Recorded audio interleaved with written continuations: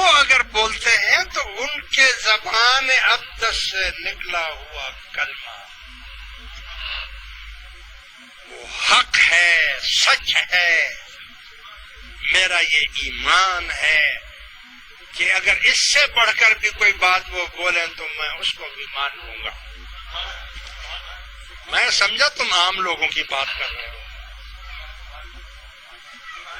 عشق اور محبت اور عقیدہ اس کو کہتے ہیں. عقیدہ ایسی چیز نہیں ہے کہ آپ جی فوراً جی میرے ہاتھ پر ہتھیلی پر جی سرسو رکھے اور ہرا ہو جائے تو میں مان لوں. ایمان اس کو کہتے ہیں.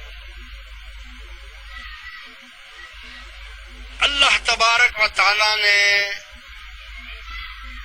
قرآن کریم میں ارشاد فرمایا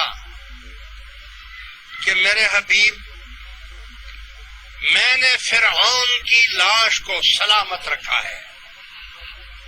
فرعون کی لاش کو میں نے سلامت رکھا ہے. میں اس کی لاش کو ضائع نہیں ہونے دوں گا، نہ وہ سڑے گی نہ وہ خراب ہوگی، تاکہ دنیا والوں کے لیے میں اس کو عبرت بنا دوں. دنیا والوں کے لیے میں اس کو عبرت بنا دوں کہ دیکھو یہ ہے وہ فرعون جو خدائی دعویٰ کرتا تھا. اب یہ قرآن تو نازل ہو گیا حضور کے زمانے میں، اور فرعون کی لاش کا تو کوئی پتہ نہیں ہے نا. ابھی کوئی پتہ نہیں ہے فرعون کی لاش کہاں ہے. صحابہ کرام ایمان لے آئے نا اس پر، مسلمان سارے اس پر ایمان لے آئے نا. لاش دیکھی کسی نے نہیں. لاش بحر قلزم میں پڑی ہے، سمندر میں، یعنی دریائے نیل میں جب غرق کر دیا گیا اس کو تو لاش بھی سمندر میں چلی گئی اور سمندر میں ہی پڑی رہی، سوائے اللہ کے اور تو کسی کو معلوم نہیں کہ فرعون کی لاش. بس یہ بتا دیا کہ میں اس کی لاش کو خراب نہیں کروں گا تاکہ دنیا والوں کے لیے وہ عبرت بن جائے. مگر تمام صحابہ کرام اس پر ایمان لے عاشق تھے نا. بس حضور نے فرما دیا ٹھیک ہے ہوگی. اب انہوں نے یہ نہیں کہا کہ حضور دکھائے نا پھر اگر وہ لاش ہے تو کہاں ہے. انہوں نے یہ پوچھنا بھی گوارا نہیں کیا کہ وہ لاش کہاں ہے، یہ بھی نہیں پوچھا. بس اللہ کے رسول نے کہہ دیا کہ ہے تو ہے. کہاں ہے جہاں بھی ہے ہمیں اس سے کیا واسطہ، ہمارا اس سے کیا واسطہ. اور حضور علیہ الصلوۃ والسلام کے 800 سال یا 1000 سال بعد وہ لاش سمندر میں سے نکلتی ہے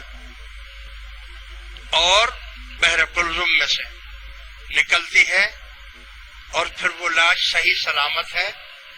اور آج بھی مصر میں جو ان کا میوزیم ہے، مصر میں جو میوزیم ہے ان کا، اس میں اس کی لاش فرعون کی آج بھی موجود ہے. ان کو نہیں دکھایا، آخر والوں کو دکھا دیا کہ دیکھ لو یہ قرآن نے فیصلہ کب کیا تھا. بیچ والوں نے نہیں دیکھا لیکن ایمان لائے. آخر والوں تمہارا ایمان کمزور ہے لہذا تم دیکھ بھی لو، تم دیکھ بھی لو، قرآن کی سچائی دیکھ لو. مت سمجھنا کہ ہم نے وہ تھے بغیر دیکھے ایمان لانے والے. تمہارے ایمان میں تھوڑی سی کمزوری ہے تو کوئی بات نہیں، میں تمہیں دکھا بھی دیتا ہوں، لو دیکھ لو. جاؤ مصر چلے جاؤ اور وہاں جا کر دیکھ لو فرعون کی لاش پڑی ہے. یعنی کئی ہزار سال پھر، یعنی موسیٰ علیہ السلام کے زمانے میں وہ غرق ہوا ہے، اور موسیٰ علیہ السلام کے بعد کتنے انبیاء آئے، پھر حضور آئے، اور وہ لاش سمندر میں پڑی رہی. نہ مچھلیوں نے کھا سکا اس کو. سمندر میں تو ایک ایک مچھلی ایسی ہے کہ وہ 10 انسانوں کو بھی نگل دے. مگر اللہ نے وعدہ جو کیا ہے کہ میں اس کو نہیں خراب ہونے کی حفاظت ہوتی رہی. اب جا کر وہ نکلی ہے اور میوزیم میں اس کی لاش آج بھی موجود ہے اور پڑی ہے. یعنی اس کو کوئی چیز کھا نہیں سکی، ضائع نہیں ہو سکی، پانی نے ضائع نہیں کیا. جب پانی ضائع نہ کرے تو مٹی کیسے ضائع کرے گی؟ ہاں؟ اسی لیے حضور علیہ الصلوۃ والسلام کو حیات النبی کہا جاتا ہے کہ حضور اور ہر نبی جتنے بھی انبیاء وفات پا چکے ہیں، زمین ان کی جسم کو کھا نہیں سکتی، ان کی لاش برابر ویسے ہی پڑی رہتی ہے جیسی کہ وہ تھی. تو میرے عزیز دوستو، آخر میں صرف آپ کو میں اتنا بتانا چاہ رہا تھا کہ اصل میں اسلام کی روح کو سمجھیں آپ. اسلام کی روح کیا ہے؟ تو روح ہمیشہ دو چیزیں مل کر بنتی ہیں، ایک عمل جو جسم ہے، ایک عشق اور محبت جو اس کی روح ہے. روح اور جسم جب ایک ہو جائیں گے تو آپ کے دو رکعت جو نماز ہے نفل، وہ بھی کام کر جائیں گے. اور اگر اس میں روح نہیں ہے تو 1000 سال تک بھی عبادت کرتے رہیں، وہ کسی کام آپ کے نہیں آئے گی. آخر میں ایک چیز صرف آپ کو بتا دوں، وقت نہیں ہے، کہ اس کے لیے طلب کا ہونا بڑا ضروری ہے.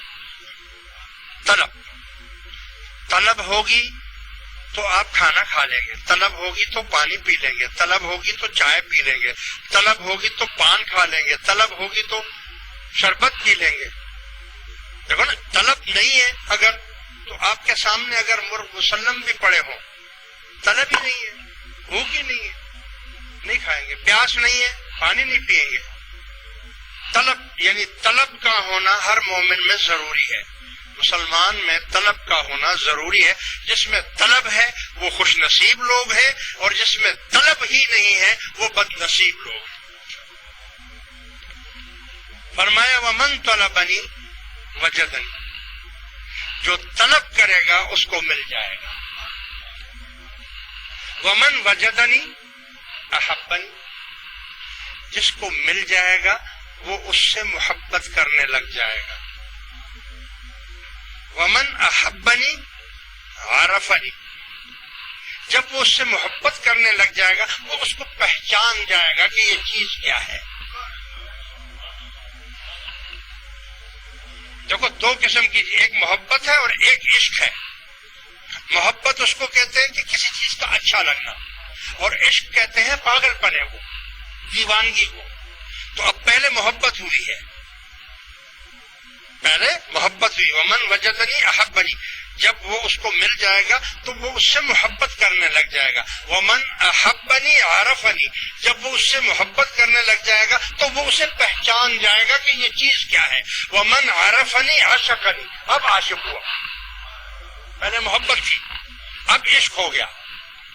اور عشق کہتے ہیں پاگل پنے کو، یعنی حد درجے تک اس میں چلے جانا. ومن عاشقنی قتلتہ، ہمارا یہ طریقہ ہے کہ جو ہمارا عاشق بن جاتا ہے ہم اس کو قتل کر دیتے ہیں.